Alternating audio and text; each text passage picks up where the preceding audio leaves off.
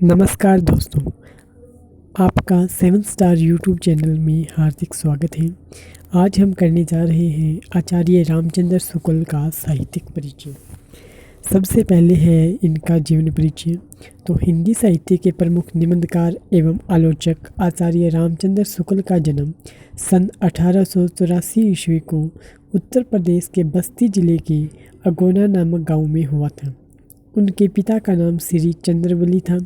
प्रारंभिक शिक्षा मिर्ज़ापुर के जुबली स्कूल से प्राप्त करने के उपरांत उन्होंने मिशन हाई स्कूल से फाइनल की परीक्षा पास की, परंतु वे आगे पढ़ाई जारी न रख सके। वे नायब तहसीलदार भी चुने गए, परंतु शीघ्र ही उन्होंने इस पद से त्यागपत्र दे दिया। सन 1908 में वे नागरिक प्रचारणी सभा के हिंदी शब्द सागर शीर्षक शब्दकोश में सह संपादक के रूप में नियुक्त हुए। इसके अतिरिक्त वे काशी विश्वविद्यालय के हिंदी विभाग में प्राध्यापक व सन 1937 ईस्वी में बाबू श्याम सुंदर के अपने अवकाश ग्रहण करने पर हिंदी विभाग अध्यक्ष भी रहे। सन 1941 ईस्वी में हिंदी की इस महान विभूति का स्वर्गवास हो गया। अब हम इनकी कर रहे हैं दोस्तों साहित्यिक रचनाएं। तो सबसे पहले है कहानियाँ। तो कहानियाँ इनकी है 11 वर्ष का समय।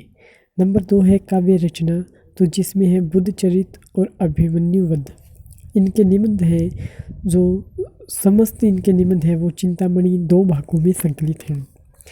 आलोचना, तो काव्य में रहस्यवाद, सूरदास, तुलसीदास जैसी के साहित्य की समीक्षाएं तथा हिंदी साहित्य का इतिहास जो इनका है वो सन 1929 ईस्वी में प्रकाशित हुआ था। अब हम इनकी साहित्यिक विशेषताएं कर रहे हैं। तो आचार्य रामचंद्र शुक्ल हिंदी साहित्य के श्रेष्ठ निबंधकार एवं आलोचक माने जाते हैं। तो इनके साहित्य की पहली विशेषता है वो है मौलिक चिंतन। शुक्ल जी अपने मौलिक प्रतिपादन के लिए प्रसिद्ध हैं।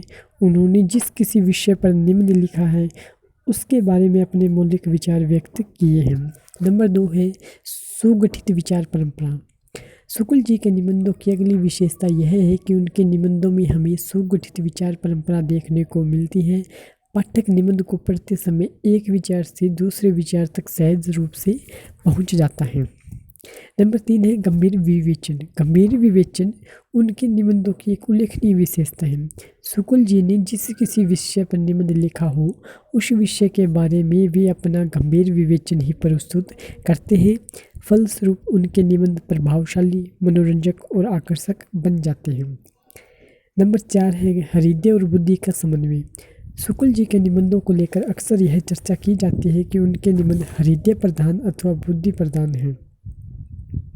स्वयं शुक्ल जी ने स्वीकार किया है कि उनके निबंधों में हृदय एवं बुद्धि मणिकांचन का संयोग है। बुद्धि तत्व के कारण जब वे निबंधों में विचारों का स्वरूप प्रस्तुत करते हैं तो एक के बाद एक विचारों की श्रृंखला सी बन जाती है। नंबर 5 है अनुभूति पक्ष। यद्यपि शुक्ल जी के निबंधों में बुद्धि तत्व की प्रधानता है, लेकिन उनमें अनुभूति तत्व की प्रखरता एवं प्रौढ़ता देखी जा सकती है।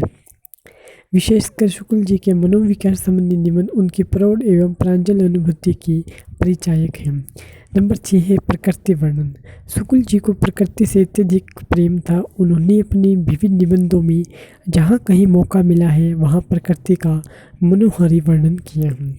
अब हम इनकी भाषा शैली करने जा रहे हैं। तो शुक्ल जी की भाषा तत्सम प्रधान परिनिश्चित खड़ी बोली है। यह भाषा समीक्षा एवं आलोचना के लिए अत्यंत सक्षम एवं समर्थ है।